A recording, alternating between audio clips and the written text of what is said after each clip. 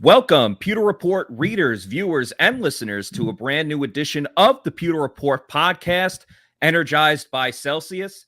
Unfortunately, it is not a Victory Monday, but it is a Monday after the Bucs had a game. The Bucs lost 14-12 to the Green Bay Packers in a low-scoring game, but still a very exciting game with a lot of drama, both on and off the field at the end, which we will get into, of course. I'm your host, Matt Matera. Joining with me is the face that runs the place at pewterreport.com, Scott Reynolds. And Scott, even though the Bucs lost, we're still going to make this the best podcast ever in the history of pewterreport.com. Yeah, I think so, Matt. It really feels like today, even though it's not a Victory Monday, it's going to be a really good Monday. And here's why. Because the hurricane has not hit Florida yet. We still have power. We're still operational. Yeah. And we have roll call coming up at 4:20 today. Even though it's not a Victory Monday, we still do roll call. So we're looking forward to seeing where all you Pewter people are listening from and watching from today.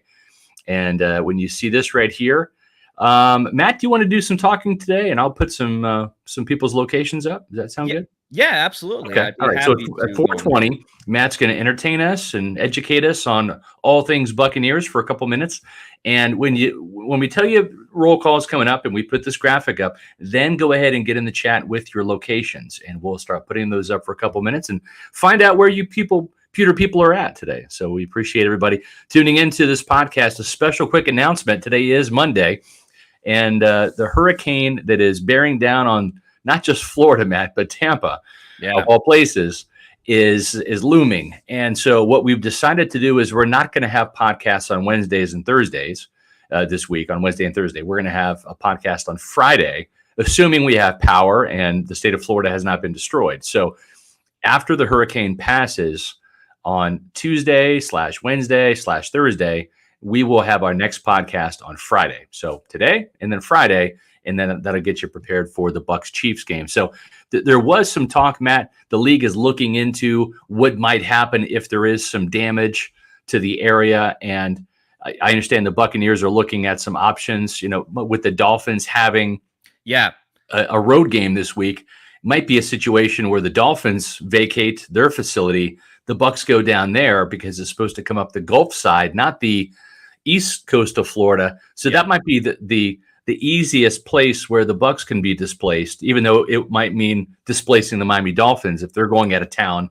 Yeah, and I could be mistaken, Scott, but I think the Dolphins have a Thursday night game this week as well. So that obviously changes things. They don't need to be in the facility, on Wednesday or Thursday. Yeah, exactly. For that Thursday game. And another thing that you really have to factor in for this Bucs-Chiefs game is that it's a Sunday night game. So I think what would happen is, because there's no way, and Greg Allman was talking about this a little bit in the media room, there's no way, obviously, with like the dollars and cents involved, that NBC is just going to not have a Sunday night football game. Correct. So I think what you might see is that you're going to have another game, probably like a 1:00 game or a 4:00 game, moved into that Sunday night slot. And then either that means maybe the Bucs will get flexed out and move back to Sunday if weather permitting and everything's okay. Maybe we'll have two Sunday night games. Yeah, it might be a Monday night game too if they push it there. Now, the one thing is, if you remember back in 2020, the Raiders-Bucs game was supposed to be on Sunday night, but the Raiders had a rash of COVID players, right? And they were not even sure they were going to be able to field a team. And so what they did was they pushed the Bucs-Raiders game back into the daytime, and they replaced that Sunday night game with another game. The Bucs ended up winning that game. The Raiders got enough players out there to play, but they were concerned if they had to push that game to another day, they had to, like you were saying, Matt, fill that Sunday night football spot for TV purposes. So the Bucs missed out on a Sunday night football game. They did beat the hell out of the Raiders that year. That was a fun game too. Scotty Miller made a great touchdown catch, which was very exciting. And back when Scotty Miller was good. And it was awesome too, because Scotty, of course, is a spokesperson of Celsius energy drinks. And of course, Celsius is the presenting sponsor of the Pewter Report podcast. And we love Celsius for so many different reasons, starting with the flavors. As you see on the screen here, the vibes are very high on this show all the time. I love the Arctic vibe personally. It's one of my favorites, but the peach vibe and tropical vibes are great as well. And a peach vibe this morning. Oh, very nice. There Yeah. you go. There you go. I'm running out of Arctic Vibe, but so I'm holding on to those last couple ones, especially if the hurricane comes. But you could also get sparkling orange, strawberry, kiwi, guava, so many great different flavors, 7 essential vitamins. And that's the key. This is a healthy energy drink. All right. You have none of that, post energy drink crash or jitters that you get with some other products. It's great to give you that fuel to get you through your day, whether it's a workout, a work day, a long drive if you're evacuating from the hurricane. So go to the Celsius store locator on their website. Find out if there's a bodega, a Walmart, a gas station, whatever it is. Find out if there's a Celsius near you because it's all over the place. Or what I would also suggest is going to Amazon and buying them in bulk. I recommend the variety pack because variety is the spice of life. You could have it set up every 2 weeks, 3 weeks, send it to your house or apartment, wherever you live. Just make sure you're drinking Celsius energy drinks. That's Celsius, #live fit. That's right. And, this podcast is not going to be a doom and gloom podcast. We know the Bucs offense is broken right now. It needs to get fixed. We're going to tell you how we feel that they can do some things to fix the Buccaneers. I think one of the things is the loss of Pat Morita really hurts, right? I mean, the beloved Mr. Miyagi was a fixture in American film lore, and his spirit lives on in the Cobra Kai series on Netflix, right? But Mr. Miyagi, with his special powers where he clapped and did this, and fixed Daniel's wounded leg, fixed his shoulder and did all that kind of stuff in the original Karate Kid. They really could use that right now, right? To fix that Chris Godwin hamstring, to fix that Julio Jones knee, to fix that elbow of Donovan Smith. Because right now, and I'm not making excuses for this team, I think it's a legitimate reason why we're not seeing the 30-point outburst that we saw in years past. Is look at the people who were contributing to that scoring outburst last year when this team averaged 29.9 points, and then the year before when they rattled off all those 30 point scores in winning the Super Bowl. Matt, Rob Gronkowski has retired. Ali Marpet, the Pro Bowler, retired. Ryan Jensen, the Pro Bowl center, is out. The starting left tackle and the backup left tackle on this team are out with injuries. Chris Godwin, the $20 million man, the 1,000-yard season receiver, the one-time Pro Bowler, is out. Julio Jones, with his knee, is out. Mike Evans was suspended. Yeah. You've got a new starter at center. You've got a new starter at guard, a rookie. And you've got a new starter at Brandon Walton at left tackle, who's almost a rookie. You've got a veteran player who has not played but 3 games, essentially, with this offense in Shaq Mason. You've got a couple of new tight ends. There's so much newness. And then you factor in that this is a wide receiver-driven offense, Matt, that has its top 3 wide receivers either on the sidelines or Mike was not even in the stadium. And no wonder points are at a premium and they can't score right now. Yeah, Tristan Wirfs was the only starting offensive lineman that was a starter on this Bucs roster last season. So I don't want to call it like a patchwork offensive line, but it's definitely a new line that is going through a little bit of growing pains right now. Yeah. And it's funny, Scott, because I got asked a couple of minutes ago about, what's wrong with Tom Brady? What's the issue there? And I said, it's not Tom Brady. It's not Tom Brady. It's not Tom Brady. He's completing 73% of his passes right now. He's exactly. 1 fluky interception, 3 touchdowns. And he's been guys aren't getting open. Exactly. That's exactly what I said. I said he's been very accurate with the ball, but this Bucs offense relies a lot on wide receivers winning their battles, winning their one-on-one matchups. Yeah. And obviously, when you have Mike Evans and Chris Godwin, they win more often than not. And I think a perfect example was, Scotty Miller was lined up on the outside, and he got blanketed a lot. I believe it was by Rasul Douglas. Mm-hmm. And, there was one play, and we were talking about it with Paul Atwell, who was on the Pewter Game Day live stream with me yesterday. And what we were talking about is, it was unfortunate. Scotty was covered. Nice pass break up for Douglas. Yeah. But that's Mike Evans that's playing in that spot if he's not suspended. And with all the changes and everything, it just felt like, damn, if Mike Evans was in that game, it could have made a huge difference because, Russell Gage played very well in that slot role. I understand he had the fumble, but I think he more than made up for it with, a fantastic touchdown catch, at the end. Like, that was behind him. Some are saying that was purposely thrown that way by Brady because if it was towards his side, it would have hit right into the Packers defender. But nonetheless, a great catch by Russell Gage. If you had Mike Evans in that game, I think it really could have been the difference, especially when Jair Alexander went out of the game. But I agree. Obviously, he wasn't there. And, Matt, and we appreciate those super chats, Leo. Thanks so much. I agree with Leo. Your sentiment about that, about the injuries. The thing, too, about this is the Buccaneers are 3 points away from being 3-0 this season, right? And the offense has not performed that well. But conversely, the defense is playing at a fantastic level. Unbelievable. We just got a release here. The Buccaneers have waived Kalen Geiger from the active roster and released David Wells from the practice squad. So, they had to make room with Evans suspended. So Geiger will probably revert back to the practice squad. I wouldn't be surprised if that happens soon. Geiger had 4 snaps on offense, but obviously so just a role player essentially for Mike Evans not being there. But back to my point though, when you're looking at this Bucs offense and as underwhelming as it is right now, I'm going to take Paul's approach on this. There are 14 games left in the season.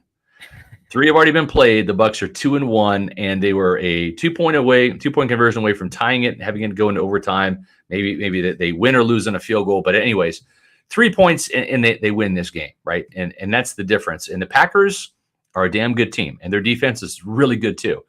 It came down to third downs, and I think if there's an issue, Matt, it's third downs.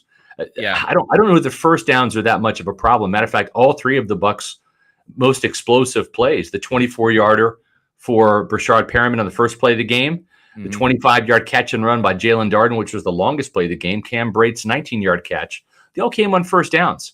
And I know that the Buccaneers were in the 2-minute hurry-up offense at the end of the first half and at the end of the game, so that skews the first down numbers a little bit, right? There was 17 passing plays, and I believe there was 6 or 8 running plays on first down. So if you take away those hurry up situations, it's closer to 50-50, still a little bit more pass first. It wasn't like it was in New Orleans where they're always running the ball on first down. So I don't think first down was the problem. What's still the problem though, Matt, is the fact that this offense is not getting the explosive plays, right? There was only 2 plays in this game that were longer than 20 yards, right? And this is a vertical-based passing attack that's wide receiver driven. So you don't have the top 3 wide receivers for a wide receiver driven offense. That's a big part of the problem. But the third downs, Matt, the play calling, the execution, it hasn't been there all season. There were 2 of 11 on third downs. And granted, the Packers defense came in tied with the Buccaneers for being the second best defense on third downs, only allowing 25%.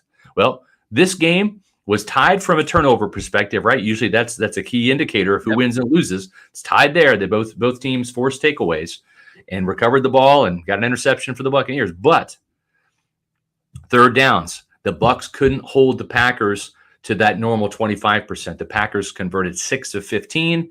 That's 40%. Most of those happened in the first half, right? And the Bucs clamped down in the second half.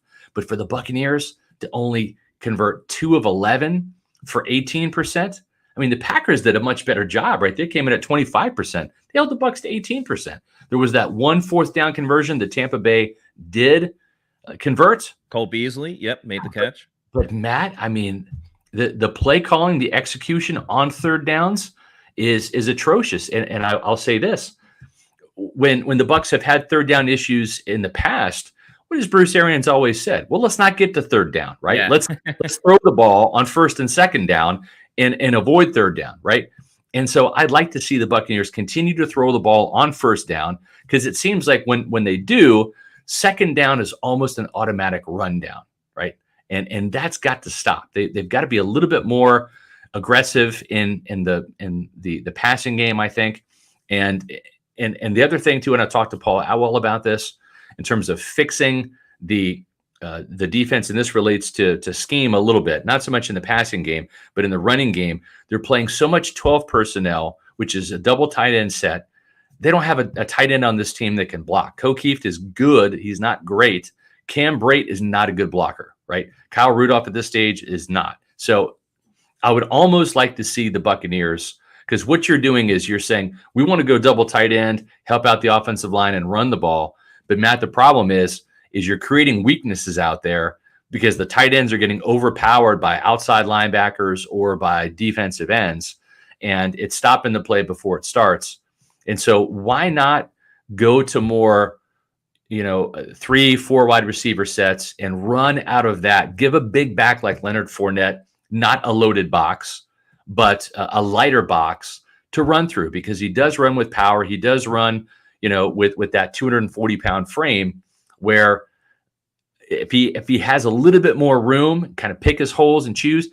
I like that scenario better than just telegraphing that it's going to be a run and we're going to go to 12 or 13 personnel and bring in the tight ends, because the tight ends aren't getting the job done in these last 2 weeks. Yeah, that's a fantastic point. And Cam Brate, outside of the offensive lineman and Tom Brady playing every single snap, only Leonard Fournette had more snaps on offense than Cam Brate. Yeah. And don't get me wrong, we all love Cam Brate. He's great with the media, friend of the program, been on the show before. But I don't think Cam Brate should have the second highest amount of snaps by skill position players. Right. I just don't really think that should be the case. It's safe to say he lacks skill as a blocker. I mean, yeah, exactly. Never been his forte. He's not going to get better at age 31. He's just not. That hurt on a sack of Tom Brady, where they kept Brady in momentarily for him to chip the outside linebacker, and then he went out for a pass, and it was Brandon Walton one-on-one against the edge rusher, and Walton lost, understandably so. He's your third string offensive tackle. And so I really like what you said in terms of,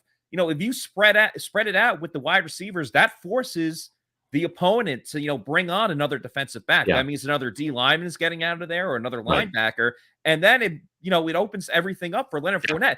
Leonard Fournette statistically didn't have a good game on the ground. I think he had 35 yards, something along those lines. 35 yards, 12 carries, a 2.9 average. His longest was 6. And I mean, exactly. He powered for those 6. I mean, it was never clean. It was never like a clean lane for him to run through. What I will say is the last 2 games against New Orleans and against the Packers on Sunday, Leonard Fournette has earned every single yard he has gotten. Casey Hudson, a colleague of PewterReport.com, has been calling Leonard Fournette ping pong Lenny, because he's just he's bouncing off all of these defenders, and he's turning what should be a run for no gain or a negative yard. He's turning it into a 3-yard rush, a 4-yard rush, a 5-yard rush. So if you just get Lenny against some of these defensive backs, I mean, we've already seen him lower the shoulder and railroad some of these defensive backs in other games. Get him some of those more favorable opportunities there. I think that's a great call by you pointing that out. You know what? I do have a little rant in my head, Matt, if you want to, because it is just about 4:20 here. If you want to do a roll call and put up where people are from, that's fine, because I do have something that I want to say, and it kind of relates back to what Todd Bowles said. And so with that, we are going to make it known that it is time for roll call. Tell us where you're at, Pewter people. We have awesome fans all across the globe, obviously in Tampa, the state of Florida, but also in other places in the United States and in other countries as well, whether it's China, Brazil, Finland, Germany, England. We have fans all over the place. So start telling us where you are from or where you're watching from. We will put the comment up on the screen as Scott goes on this rant, which I am very excited to hear. So a couple of things I like about Todd Bowles right off the bat. Number one, last night he was not giving his defense a pass. And he essentially said it doesn't matter that the defense played well and held the Packers to 14 points and made the adjustments in the second half to really clamp down on Aaron Rodgers and the Packers offense. He said we win and lose as a team. So it's not like one side's doing their part and the other side's not, and we're going to recognize that. No, this is a Buccaneer team. And so essentially what he was saying without saying it is the defense didn't play well enough either. Because if the offense was held to 12 points, right, And it could have been 13, right? I mean, if they didn't need the 2-point conversion, they would have kicked the extra point. So it's just one of those things where if the offense it could only score 13 points in that game, the defense didn't do their job by giving up 14, right? So I like that approach by Todd Bowles. He's holding both sides of the ball accountable in that respect by saying we win and lose as a team. He's not propping up the defense. He's not necessarily calling out the offense either. This is a team sport. This is an early period of time for Todd Bowles, the head coach, right? This is his first loss. And I think that this, even though this is a veteran-laden team, it does have some newcomers. There are some new veterans on this team as well, the likes of Akeem Hicks and Logan Ryan and Keanu O'Neal and Kyle Rudolph, et cetera. So there's some imports on this team that are veterans that they're going to be watching Todd Bowles closely to see how they respond to this loss, see how the coaches respond. The other thing I'll say is when talking about the running game today, he was a little pointed in the fact that the Bucs need to get Keyshawn Vaughn and Rachaad White and more involved in the game. Leonard Fournette, aside from the failed botch attempt between Breshad Perriman on that ill-fated, ill-timed double end-around reverse flea flicker play that ended up being I think a 12-yard loss. Cam Brate recovering the ball there, but that was a play out of the 25-yard catch and run by Jaelon Darden that seemed to get some momentum going. Then the Bucs go to the bag of tricks, and that play just took way too long to develop. But Leonard Fournette only had 12 carries in that game, and aside from Perriman and a Brady kneel down, there was only 14 rushing attempts in that game compared to 42 pass attempts. And I understand that it was tough sledding running the ball against Green Bay, but I think that this is one of those games where, and yes, they were down 14-3, so they were down 2 scores at halftime.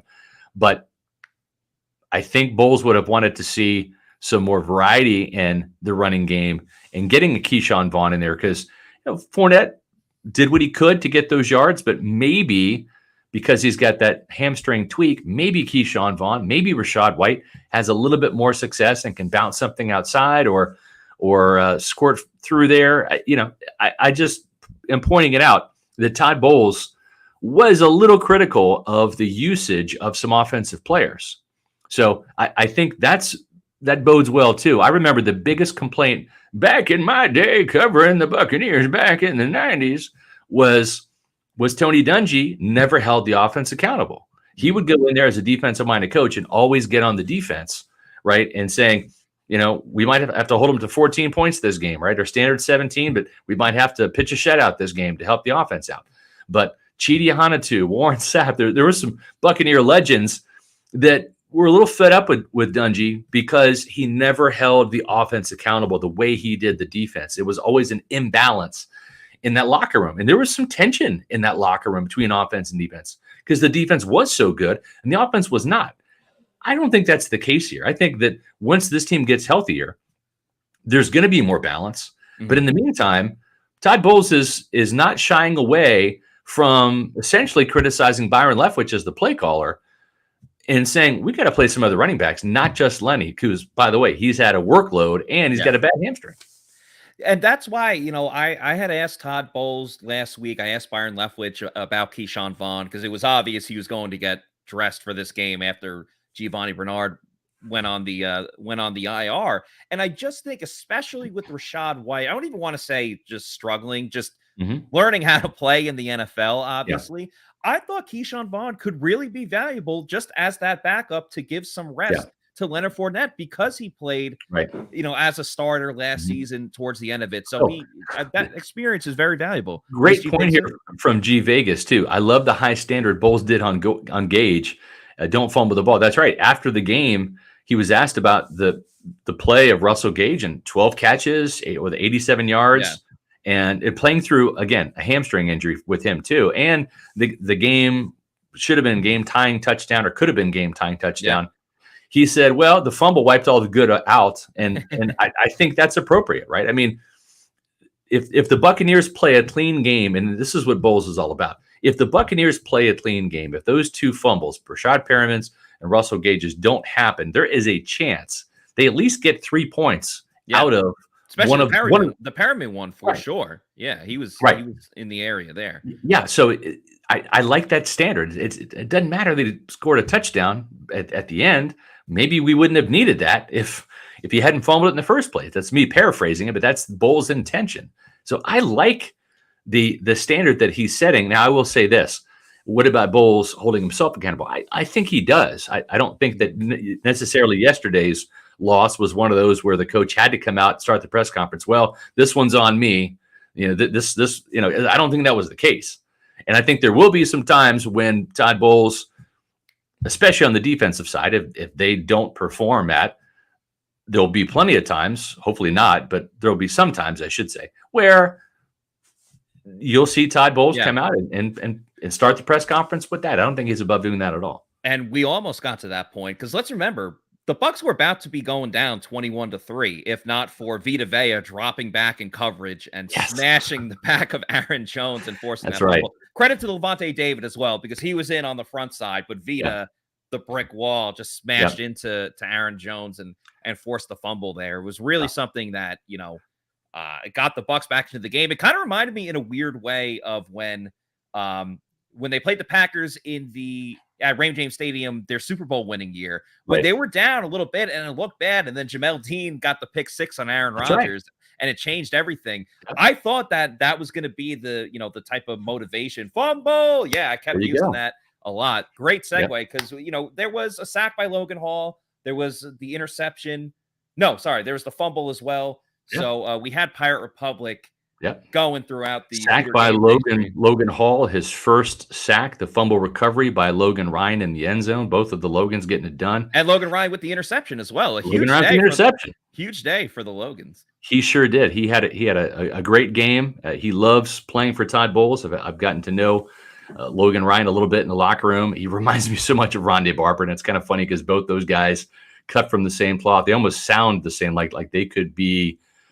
Gosh, like they could be cousins or something, right? Yeah. We know that they're not brothers because Tiki's the brother, but I'm just saying these guys sound a lot alike. They think a lot alike. Logan Ryan has said he looks up to Rondé Barber and he loves playing for Todd Bowles. Now, having said that, if Logan Ryan was here, I would get him the official beer of Pewter Report. I would literally give him a beer, a celebratory beer, even though they lost. I think he played really, really well. I'd also give one to Logan Hall, too. He got a sack, his first sack. So cheers to you. Pirate Republic. It's the official beer of Pewter Report. If you've not tried Pirate Republic yet, folks, you are missing out. I love all three of these beers. I am not an IPA drinker, but the Take No Quarter IPA is fantastic. It packs a punch with over 7%.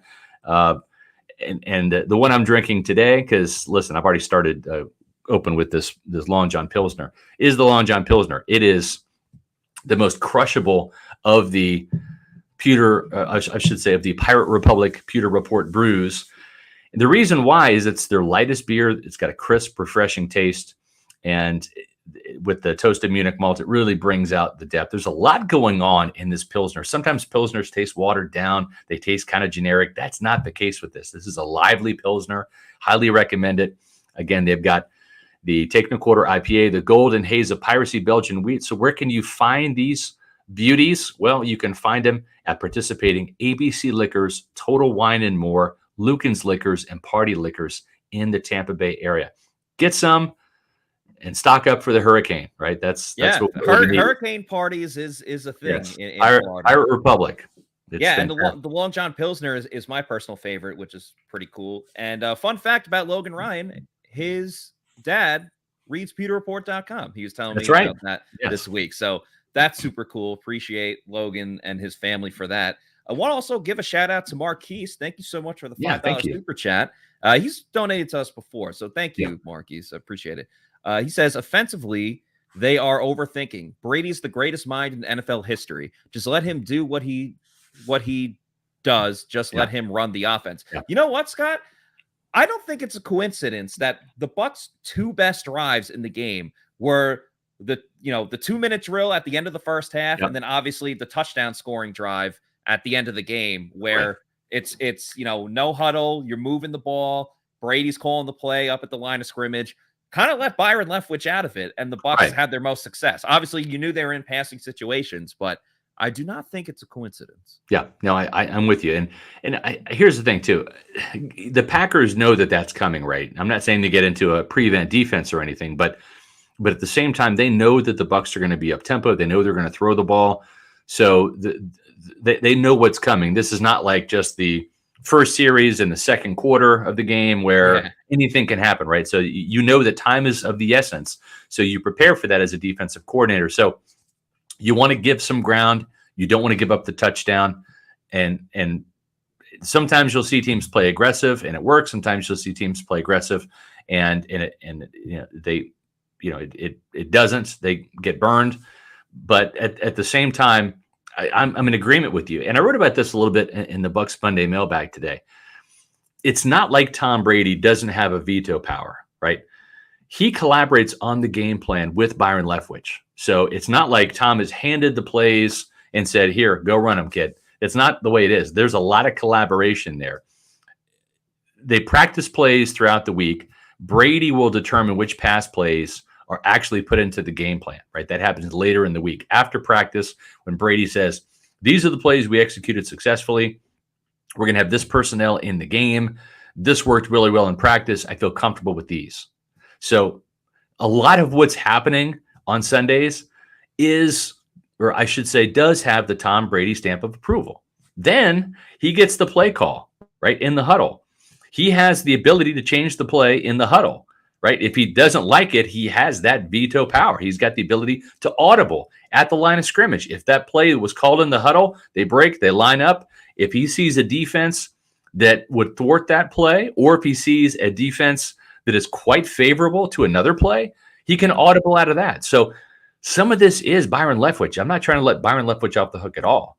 But to say that it's all Leftwich and that Brady doesn't have a say in this, that's not exactly the case. Again, I don't think the problem necessarily is the X's and O's.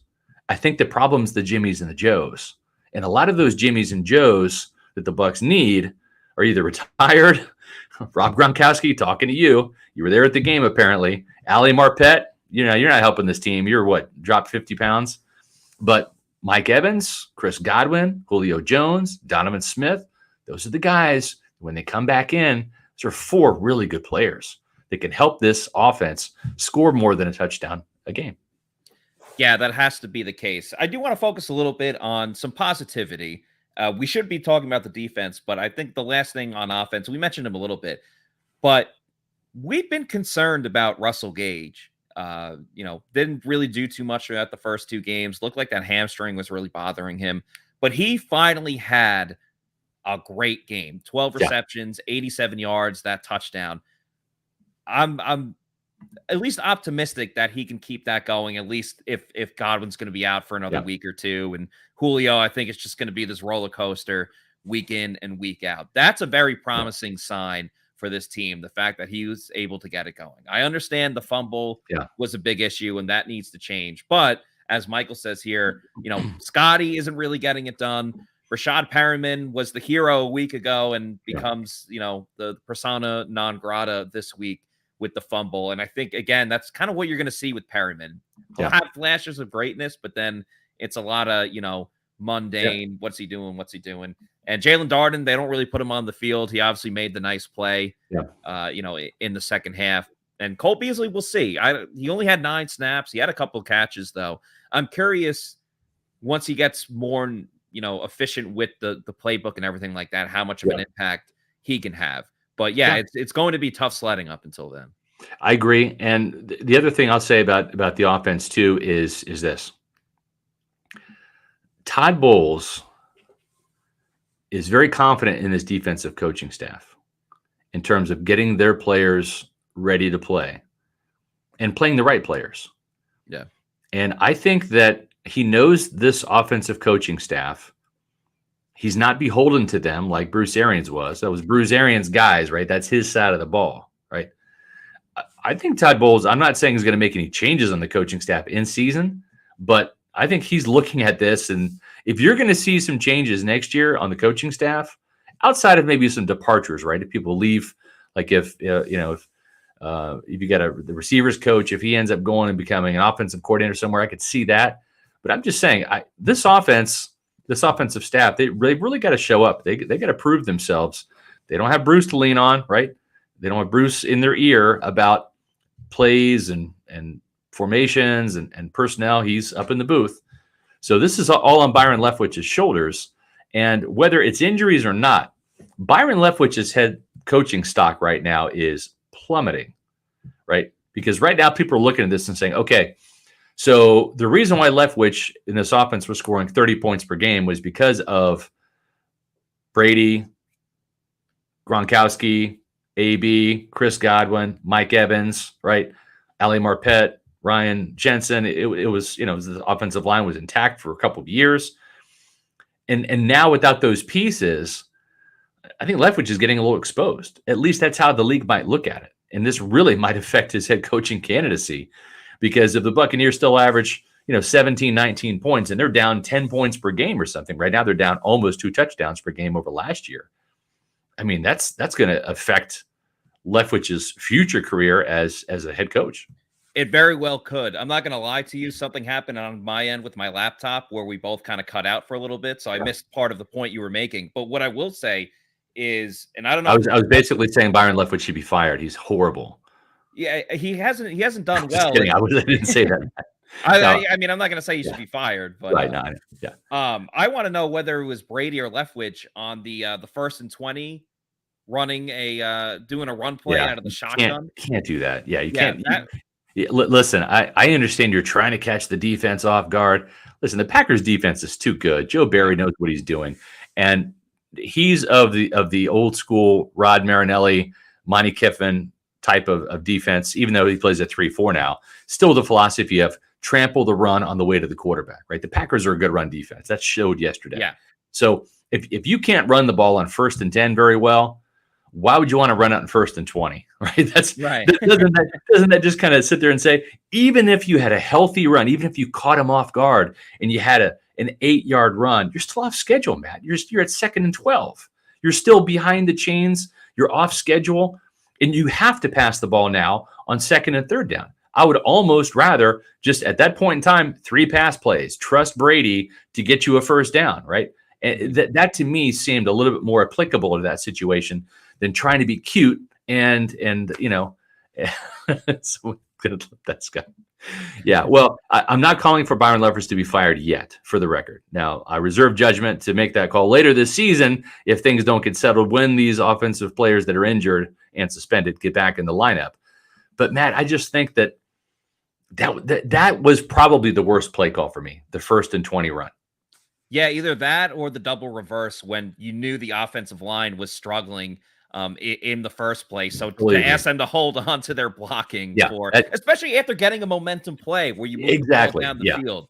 I understand there's a time and place for a trick play. I'm all for the trickery. I'm down to run a trick play once a quarter of the schedule or whatever it may be. But I just don't think the timing was right just there. You just got some momentum going and then immediately took it away. Like, if anything, run like a flea flicker, not a double reverse, which takes all of that time. Yes. And even before the fumble even happened, when he was trying to pitch it to Scotty, like the defense was already in the backfield. It was very slow developing in the first place, just getting the ball to Breshad Perriman. If my memory serves me correctly, Cam Brate blew his block, and he at least made up for it by recovering the fumble because he was so far in the backfield. He was the closest guy to the ball.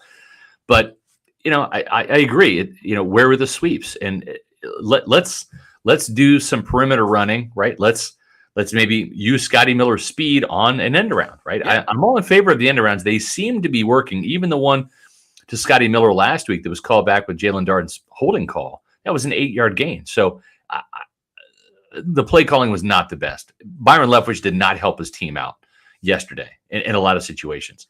At the same time, I'm just going to say that this offense is not going to get much better until it gets healthier.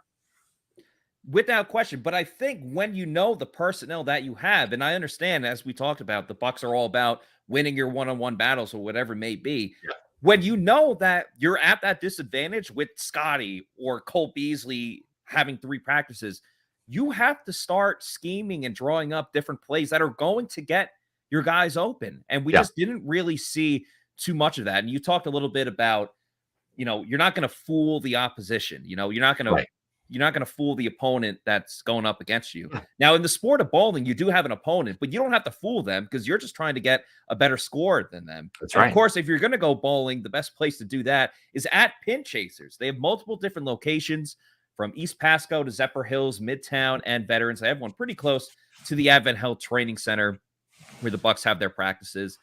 And they have different deals every single night, whether it's all you could eat pizza, all you can bowl, dollar beers. They got brunch on the weekends. The food's very underrated, from the pizza, chicken tenders, and the nachos. So make sure you go to pinchasers.net, find out where there's a deal that works for you, because there will be one. There's no doubt about that. It's a fun night out with friends and family. You could book your kid's birthday party there because they obviously have the bowling. They also have an arcade room as well. So a little bowling, a little video games. And I know the holidays are in a couple months from now in December, but start booking your office holiday party at Pin Chasers. They start filling up very quickly, so get that done sooner rather than later. Once again, pinchasers.net. Find out where there is a good deal for you.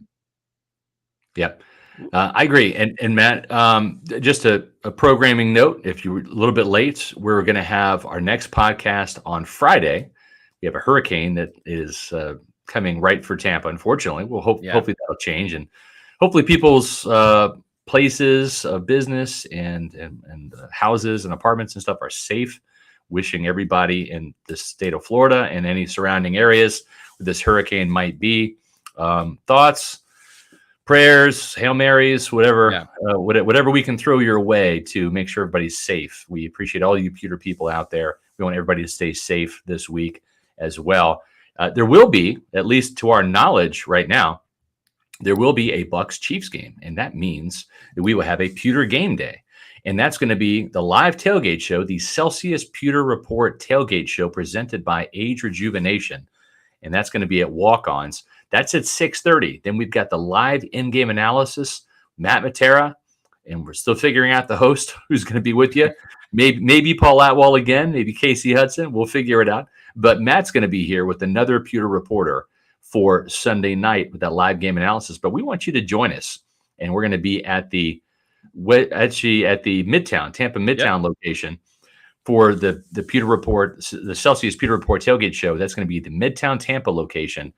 And we have had great turnouts there. We enjoy the interaction that we get with all of our fans there and all the Buccaneer fans. If you have not been to Walk-Ons, it's a fantastic place to eat and watch the game. TVs galore, the most amazing food you're going to have, beers, get a full bar. It's an absolute fun place to go watch sports. And why not make it Sunday night? Because the Bucs and the Chiefs are playing. This should be one hell of a game. The Bucs, the Bucs got to bounce back from that close loss to the Packers yesterday, 14-12. And so that's going to be at the Midtown Tampa location at 1140. And I mentioned the fact that Age Rejuvenation is our presenting sponsor, and I'm also an Age Rejuvenation client. As we age, our hormones decrease, both for men and women. I was tired all the time, had no sex drive. I was groggy. I felt like I was 80 years old because everything hurt. I came to Age Rejuvenation because I was tired all the time. Bioidentical hormones has really made such an impact in people's lives. I actually enjoy shopping now. Got all my energy back. Mind is sharp. I feel like I'm 18 again. It was perfect for me. Get with Age Rejuvenation. Do it now. Don't wait. Call Age Rejuvenation today. You know, Matt, I believe every single testimonial in that ad, because I am also an Age Rejuvenation customer, except for one. When the lady says, I love shopping now, I don't believe her. I think she's always loved shopping. I think she might have more stamina now to stay at the mall longer, maybe, but I don't necessarily believe that she just discovered that she likes shopping again. But I'll say this, guys, if you want to feel better, and ladies too, go to Age Rejuvenation. Lose weight, feel great, have better sex. You might have seen that Age Rejuvenation is the sponsor of my SR's Fab 5 column on pewterreport.com, and I'm an Age Rejuvenation customer too. John Gilmore, who joins us every game day for the Pewter Report tailgate show, is also a Age Rejuvenation customer. He got me turned on to Age Rejuvenation. It's one of the best things I've ever done for my health and for my body. Thankfully, I don't have any issues in the bedroom, but I did turn 50 this year, and energy's become a problem. It turns out I have low testosterone, like most men in their 40s and 50s and 60s and 70s. And what they're finding now, and they're telling me at Age Rejuvenation, is it's starting to affect younger people. Late 20s, early 30s is when you can start losing your testosterone. It's just a natural part of life, fellas. Low testosterone affects everything from weight loss to energy to stamina. And now there's a way to fight it. And that's what I did with the testosterone therapy at Age Rejuvenation. I have more energy. I can stay up later at night. I get up earlier in the morning. I don't have that afternoon wanting to take a nap. Why? Because I went to Age Rejuvenation. Go to agerejuvenation.com. They've got 5 Tampa Bay locations to serve you. Lose weight, feel great, have better sex with Age Rejuvenation. Scott, we got to do right by the Bucs fans and the Pewter people. We have to talk about the fiasco that was the 2-point conversion. Yeah. And there's multiple layers to this as well. Obviously, what happened was the Bucs had the ball at, the 2-yard line where the 2-point conversion starts. I believe it's the 2-yard line. Yeah. And looked like they were going to run it with Leonard Fournette. Looked like 2.5. Looked like there was a crease in there for Fournette. But the play clock had expired. Right. There was a delay of game penalty, and then when the Bucs at this point were forced to pass the ball, it got knocked down by Devontae Campbell. Brady was looking for Russell Gage, incomplete. Bucs, even if they would have recovered the onside kick, probably still would have lost the game. But that's how the Bucs lost the game. But there's 2 pieces of drama when it comes into this. One is that apparently, and this was after talking to Todd Bowles today as well. There was one play clock that said 25 seconds. There was another that said 20 seconds. Tom Brady's lifting up his leg, looking for the ball. Yep. Robert Hainsey snapped it a second too late. So Todd Bowles said that they're giving that to the league, letting the league review it. We'll see if anything comes of that.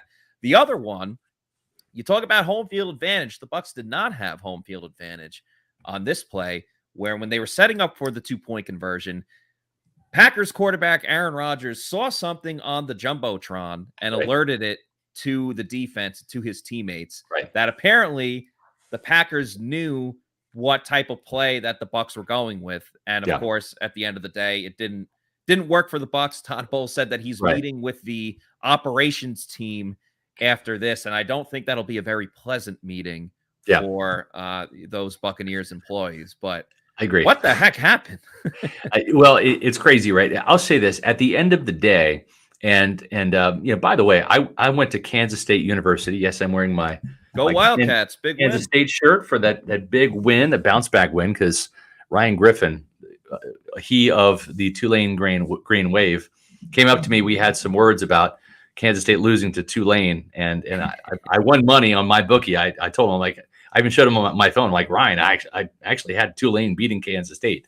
So you can rub it in all you want, but I agree with you. But we had a nice bounce back win against Oklahoma. Having said that, Bill Snyder was notorious for just taking the play clock all the way down. It was so frustrating to watch Kansas State football for so many years under Snyder, because he would do that. Matter of fact, at the home games, the K-State fans would see the play clock and literally go 5, 4, 3, 2, literally tens of thousands of people telling the quarterback, hike the damn ball, So here's the thing.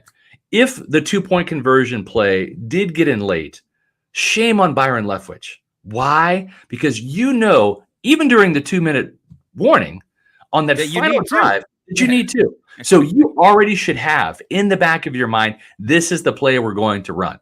This is the 2-point conversion play. That should already be in your mind, circled on your play sheet. So when the touchdown happens, you just tell it to Brady and boom, it's ready to go. There's no reason, there's no need in the NFL or in college, even with the 25 or even the 20-second play clock, to run it down and hike the ball at 0 or 1 second. That's not necessary. You don't have to do that. You shouldn't do that. And honestly, if you can't get a play in and you can't get the shifts and motion in time, then you need to work on that in practice and maybe not have those shifts and motion happen or whatever. I'm just saying it's inexcusable at the NFL level with an NFL center and an NFL offensive coordinator and the greatest quarterback of all time, why they can't get a playoff in a 2-point conversion play.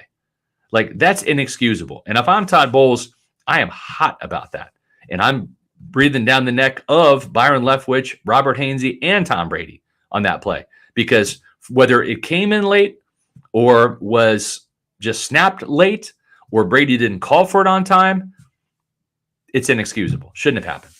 Yeah, someone has to take the share of the blame. And I don't know exactly, who it comes from. But yeah, it's mind-numbing. All the penalties that the Bucs had, that was the most egregious out of all. There's no excuse. You're at home trying to tie the game up. Like you said, they knew they need to go for 2. Yeah. What exactly took so long? I don't understand. Like, even Brady had the players going in motion like pretty late.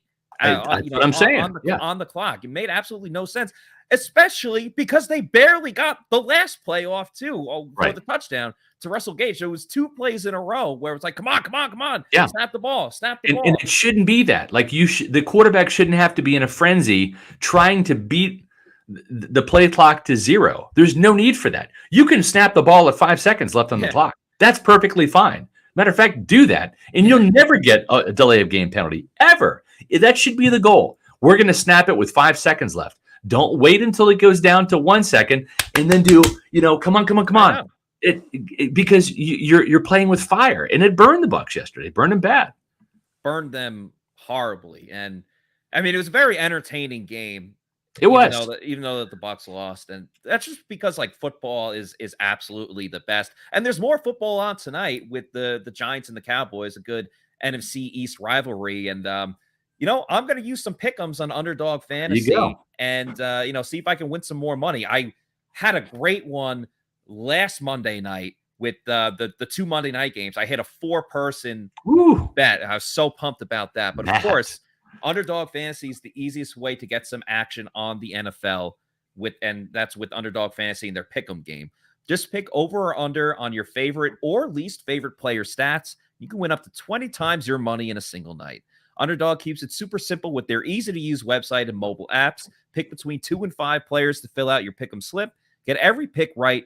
Take home some cold, hard cash. Josh Capo actually won yesterday on his Bucs picks, so shout out to him. Yeah, use the code Pewter. Get your first deposit doubled up to $100 by Underdog Fantasy. Even if you learned from Plant City Math, you can understand that's a great deal. Once again, the promo code is Pewter, and you can do a head-to-head matchups as well. So if you want to do Tom Brady versus Patrick Mahomes next week, you can do that as well. Use the promo code Pewter with Underdog Fantasy. Yep.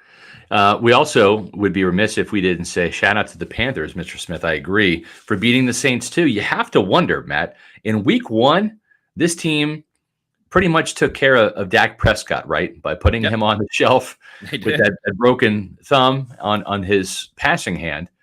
And they ruined him, right? At least for a couple games, right? Did they ruin Jameis Winston too? Did the Bucs ruin Jameis? Did they bring back old Jameis? They might have. Because all of a sudden, the Saints offense looks a little discombobulated. The Panthers now all of a sudden have a little bit of life in the division. So that's something to keep an eye on, this NFC South and the Buccaneers, see if they can bounce back. But yeah, I'm of the opinion that this offense is not going to get fixed overnight. I think schematically, what Byron Leftwich can do is go 3 and 4 more wide receivers on in terms of their personnel groupings, less double tight end sets, and also too, I think and prayers out to Cade Otton, who lost his mom, and was not very sorry for them, understandably, at the game and grieving the loss of his mother. But when he does return to the lineup, I want to see more Cade Otton. I want to see less Kyle Rudolph and less Cam Brate. I just think that the Cade Otton the arrows pointing up for this guy as a blocker. I don't know if he's going to be a starting caliber tight end, if he's going to be like tight end 1, or if he's just going to be a really good tight end 2 to replace Cam Brate. They might have to go out and get a more dynamic guy, but I want to see if Cade Otton can be a player that may not be an upper echelon Pro Bowl caliber guy like a Kelsey, right, or even a Kyle Pitts from an athletic standpoint, even though Pitts hasn't been producing as much, but I just want to see, can he be like a Pat Fryermuth on the right. on the field. It can be a B starter, right? It didn't have to be Yeah. an upper echelon A, but right now the Buccaneers are tight end. I mean, it's like C minus at best. We have a late super chat from the Cannon Fire podcast, $5. Thank you very much. Yeah. They say Panthers over Saints alongside a wild weekend across the league. Horrible week for Pick'em. Yeah, I guess you could speak for yourself on that one. You don't know who other people are picking. I will say that I had the Chiefs minus 5.5 against the Colts, and that did not hit after that kicker missed the field goal. You're gonna have two pissed off teams going into Sunday Night Football or wherever they play the game, because both teams lost in a tough fashion. Gronkzilla is coming to shore in Tampa soon. Has Tom Brady reached out to Rob yet to see if he wants to come back and play? Well, wasn't he at the game? That's what was rumored. Yes, but I'm just saying, like, has that phone call, has that text message already been sent by Tom yet? Well, Is it on the regular? Is it a regular weekly thing? We need to ask Tom this week. Yeah. Have you had conversations to Rob Gronkowski about coming back? He's not obviously answer that. Well, yeah, but obviously the answer is no, right? Because Gronk's not in Tampa, he's not suited up, he's not under contract, right? But I'm just saying, like, what's the status there? Have you reached out to Rob about playing? And you're right, he's probably gonna say those conversations between me and my personal friends are personal, and I'm not going to reveal what those conversations are about, But come on, Tom, come on. Hey, one thing that we should reveal to everyone is how awesome Florida Lanai curtains are. That's right. Yep. I've got some. And the great thing is I'm not even worried about the hurricane with these, because the way they're attached to my lanai out there in my backyard is such that well, first of all, they're made from one of the most durable marine quality canvases. And that was the selling point for me, was the quality of it. I know we have a hurricane coming up, but by and large, it's sunny in Florida. They call it the Sunshine State, right? We live in Florida because we like the warm weather. However, the two biggest complaints about spending time outdoors in Florida is the lack of privacy, where homes are built right on top of each other. And the other one is the brutal heat of the warmer months. And Matt, it's still 90 degrees outside. We're almost in October. That's just Florida, right? Yeah. They showed the temperature on the field like 100 times yesterday. The Miami game, right? That was an inferno down there. Yeah. But lack of privacy and too much sun and the heat, well, that can drive you indoors and keep you from enjoying your screened-in lanai or even your pool, any of those outdoor spaces that you want to enjoy. That's where Florida Lanai Curtains comes in, because they saw both these problems with their privacy on demand, patented outdoor privacy curtain system, and custom-made screen enclosure shade sails. Their flexible installation options and high-quality products give you privacy and shade just where you need them. Privacy on Demand's outdoor curtains are made from the well-known Sunbrella brand of marine canvas, backed by a 10-year fade-free warranty and available in over 100 colors. That's going to enhance the look and comfort of your outdoor space and match the backside of your house.